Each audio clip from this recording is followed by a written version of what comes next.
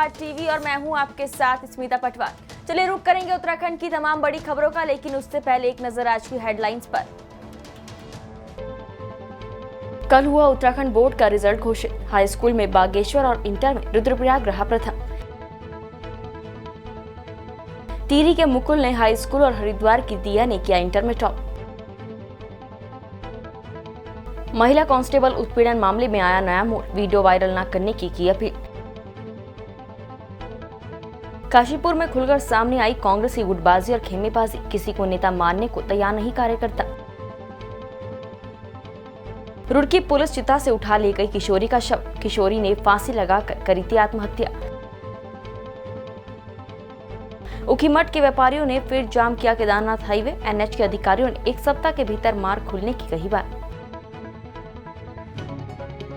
प्रदेश के शिक्षा मंत्री धन सिंह रावत ने उत्तराखंड विद्यालय शिक्षा परिषद के सभागार में कल 10वीं और 12वीं का परीक्षा परिणाम घोषित कर दिया है। अव्वल आने वाले छात्र छात्राओं को मंत्री ने बधाई दी है। हाई स्कूल का रिजल्ट इस साल 77.47% रहा। बालिकाओं ने बालकों से करीब 14% ज्यादा 84.6% सफलता पाई है। आपको बता दें कि टिहरी गढ़वाल के सुभाष इंटर कॉलेज थौलदार के छात्र मुकुल सिलसवाल ने हाई स्कूल में टॉप किया है। मुकुल ने 99% अंक पाए हैं। उत्तरकाशी के आयुष अवस्थी और टिहरी के आयुष जुयाल ने हाई स्कूल में 98.60% अंक प्राप्त कर संयुक्त रूप से दूसरा स्थान प्राप्त किया है। वहीं बागेश्वर के मंडल सेरा की छात्रा रवीना कौरंगा ने हाई स्कूल में उत्तराखंड में तीसरा स्थान प्राप्त किया है। रवीना ने 500 में से 492 अंक हासिल किए हैं। रवीना का प्रतिशत 98.40 रहा। उत्तराखंड में 2022 के हाई स्कूल बोर्ड परीक्षा में बागेश्वर जनपद 87.5% रिजल्ट के साथ प्रथम स्थान पर रहा।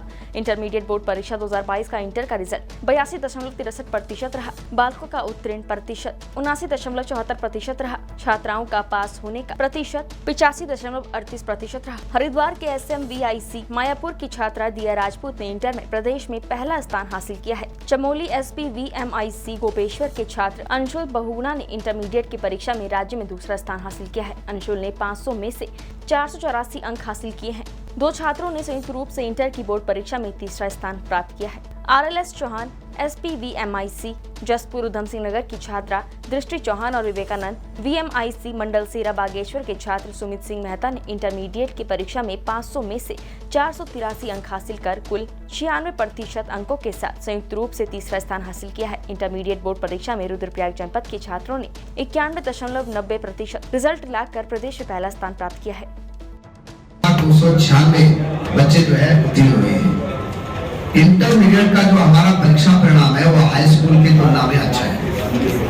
इस समय 82.16% हमारे इंटरमीडिएट के बच्चे पास हुए हैं। इसमें भी बालिका 85% से ज्यादा जो है नंबर लेके पास हुए हैं। इसमें जो फर्स्ट आए हैं वो मायापुर हरिद्वार की छात्रा कुमारी दिव्या राजपूत है, जिन्होंने की 97% इंटरमीडिएट में नंबर पाए। तो मैं उनको भी बधाई दे रहा हूँ। सेकंड में गोपेश्वर चमोली के अंशुल बहुगुणा हमारे सेकंड रहे हैं, जिन्होंने 96.10% नंबर पाए हैं।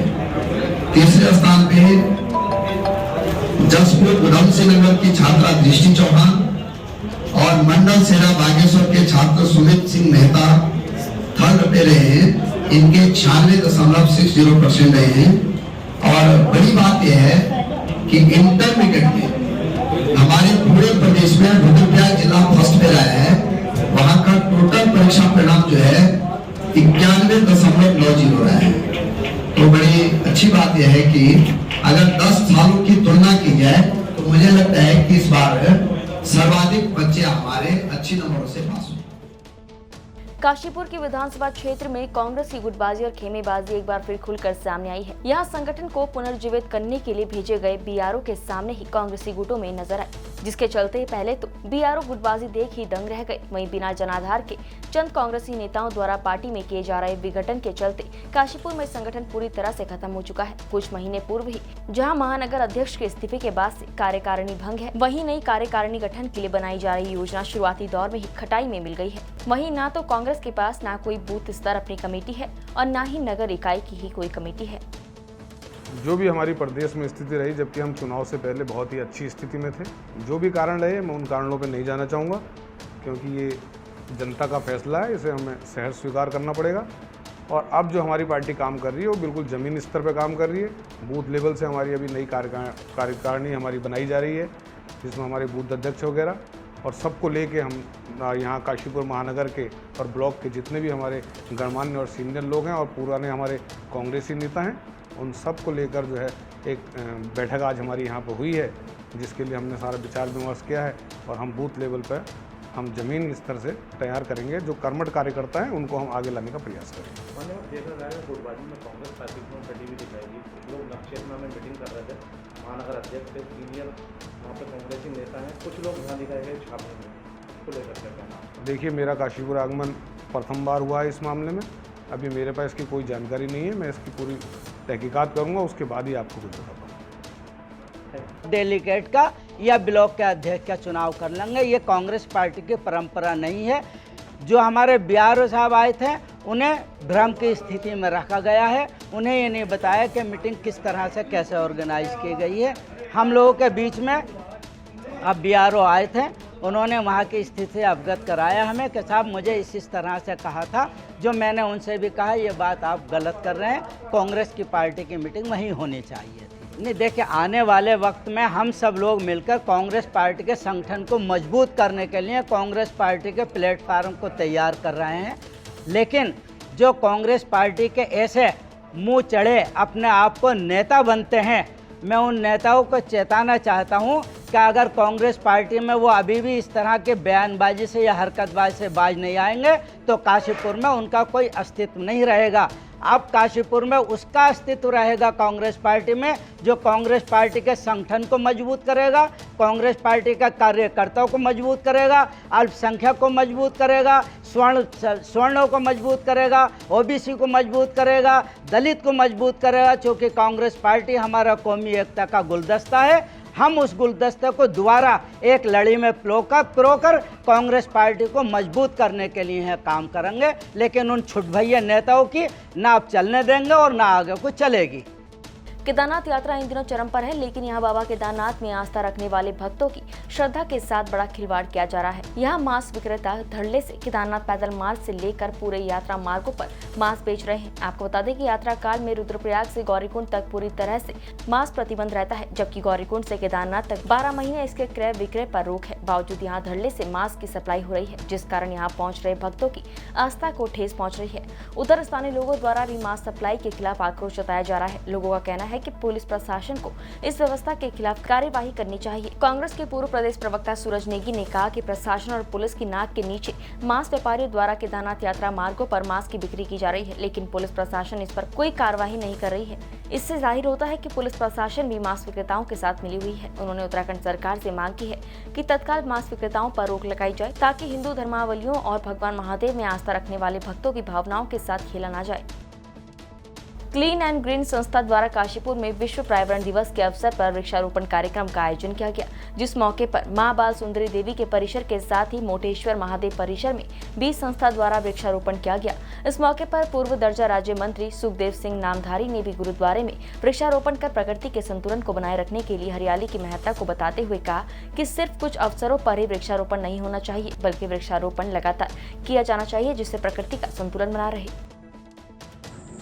देखिए, आज तो जो है विश्व पर्यावरण दिवस है, तो इसलिए हम यहाँ इसके बारे में बात कर रहे हैं। देखो, पेड़ों को लगाने के लिए, उनको बचाने के लिए ये तो हर रोज़ 12 महीने ही हमारा प्रयास रहना चाहिए। और पर्यावरण को अधिक से अधिक नुकसान जो पहुँच रहा है उसको बचाने के लिए हमें ज़्यादा से ज़्यादा हरियाली करनी होगी, और उसके लिए हमें पेड़ों को लगाना होगा। और पेड़ों को लगाकर अपने बच्चों की तरह, छोटे जैसे बच्चों को पालते हैं वैसे पालना होगा। और हमारे प्रधानमंत्री जी नरेंद्र मोदी जी भी देखिए, विश्व लेवल पर स्तर पर जब भी कोई देशों की बैठकें होती हैं तो इस मुद्दे को, पर्यावरण के मुद्दे को बहुत ज़ोर शोर से उठाते हैं, क्योंकि ये हमारे आने वाले समय में एक बहुत बड़ा संकट पैदा होने वाला है, जल का, वायु का। देखिए, दिल्ली में आप देखते हैं कि वायु का लेवल इतने ऊपर पहुंच गया, प्रदूषण इतना पहुंच गया, तो धीरे धीरे हर जगह ऐसी स्थिति पैदा हो जाएगी। इसलिए हमें अधिक से अधिक पौधे लगाने चाहिए। और इस संबंध में हमारी संस्था है क्लीन एंड ग्रीन वो कई सालों से काम कर रही है, बहुत अच्छा काम कर रही है। उसके प्रदेश अध्यक्ष हमारे राजकुमार विकी सौदा जी बहुत अच्छा काम कर रहे हैं। उनकी पूरी कार्यकारिणी, उनकी पूरी टीम इसके संबंध में हमेशा, ये नहीं कि आज ही अगर विश्व पर्यावरण दिवस है तो आज ही, वो हमेशा जागरूकता के बारे में पैदा करते रहते हैं और लोगों में उत्साह लाते रहते हैं। मैं उनको इस कार्य के लिए बहुत बहुत बधाई और शुभकामनाएं देता हूँ। जय हिंद, जय Uttarakhand. Clean and green Kashipur रजिस्ट्रेट द्वारा एक कार्यक्रम हुआ जिसके हमारे मुख्य अतिथि सुखदेव सिंह नामधारी जी जो हमारे राष्ट्रीय संरक्षक हैं, शैलेंद्र मिश्रा जी जो हमारे संरक्षक हैं और हमारे ओम प्रकाश बिश्नोई साहब जो कोषाध्यक्ष हैं, अन्य पदाधिकारी सब लोग हमारे साथ रहे। हमारा महिला मंडल काफ़ी लोग हमारे साथ रहे। हम 101 गमलों में पौधे लगाकर वितरण कर रहे हैं और वो हर सामाजिक और हर जो अपना धार्मिक स्थल है वहाँ लगाते हैं, क्योंकि वहाँ उनकी देखरेख अच्छे से हो पाएगी। और हमारा उद्देश्य कोई राजनीति नहीं, कोई कुछ नहीं, हम सीधी और सच्ची सेवा करना चाहते हैं। जो लोग हमसे जुड़ रहे हैं हम उनका भी स्वागत करते हैं। जो लोग घर बैठे हमारा अगर समर्थन कर रहे हैं, मीडिया बंधु हैं और लोग हैं, हम उनका भी बहुत बहुत स्वागत करते हैं, क्योंकि पर्यावरण को अगर हम नहीं बचाएंगे, देखिएगा आज भीषण गर्मी हो रही है और ऐसी क्लाइमेट जो है धीरे धीरे चेंज हो रहा है। पेड़ लगाने के बाद आपको बाढ़ से लेके सब सुविधा मतलब सब चीज़ों से सुविधा मिलती है। जो प्रकृति ने हमें दिया है, कम से कम उसका हम थोड़ा सा अंश भी उसे वापसी दे पाएँ तो हमारे लिए हमारा सौभाग्य होगा।